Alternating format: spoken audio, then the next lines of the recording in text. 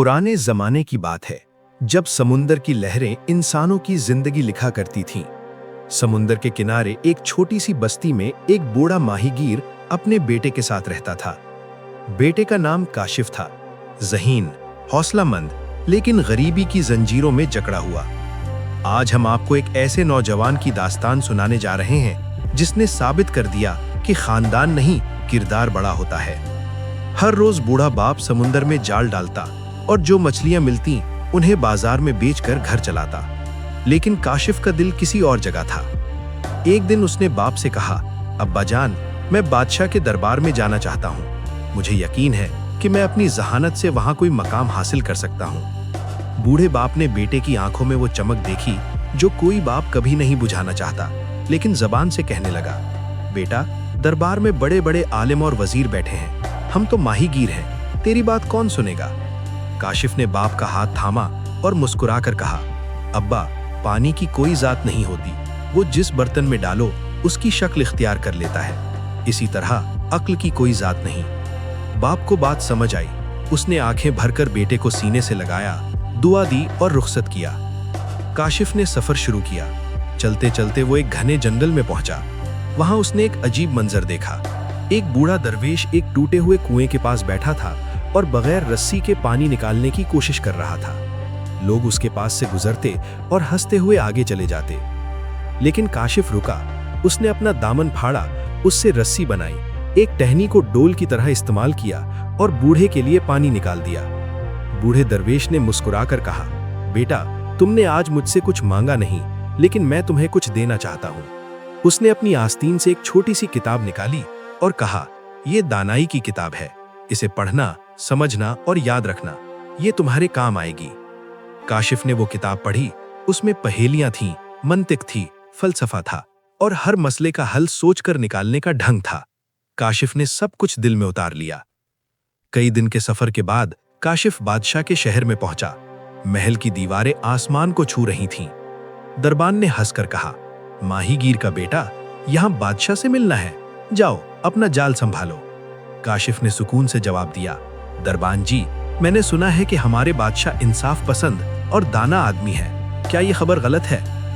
वजीर आजम बाहर आया और बोला, नौजवान, 3 सवाल हैं, तीनों के जवाब देने होंगे, अगर नाकाम रहे तो कैद होगी। काशिफ ने कहा, मंजूर है। पहला सवाल, वो क्या चीज है जो हर रोज बढ़ती है लेकिन कभी दिखती नहीं। हर आदमी उसे इस्तेमाल करता है लेकिन कोई उसे खरीदता नहीं, और जब खत्म हो जाए तो वापस नहीं आती। दरबार में सन्नाटा छा गया। काशिफ ने मुस्कुराकर कहा, हुजूर, ये वक्त है, हर लम्हा गुजरता है, नजर नहीं आता, कोई उसे बेचता या खरीदता नहीं, और जो गुजर गया वो कभी वापस नहीं आता। दूसरा सवाल, एक बादशाह के 5 बेटे थे, हर बेटे के पास एक घर, हर घर में 5 कमरे, हर कमरे में 5 बिल्लियां, हर बिल्ली के 5 बच्चे, कुल कितने सर हैं। काशिफ ने एक लम्हे के लिए आंखें बंद की। 5 घर, 25 कमरे, 125 बिल्लियां, 625 बच्चे, कुल 750 जानवर, बादशाह और 5 बेटे, 6 इंसानी सर, मजमूई जवाब 756। दरबार में शोर मच गया।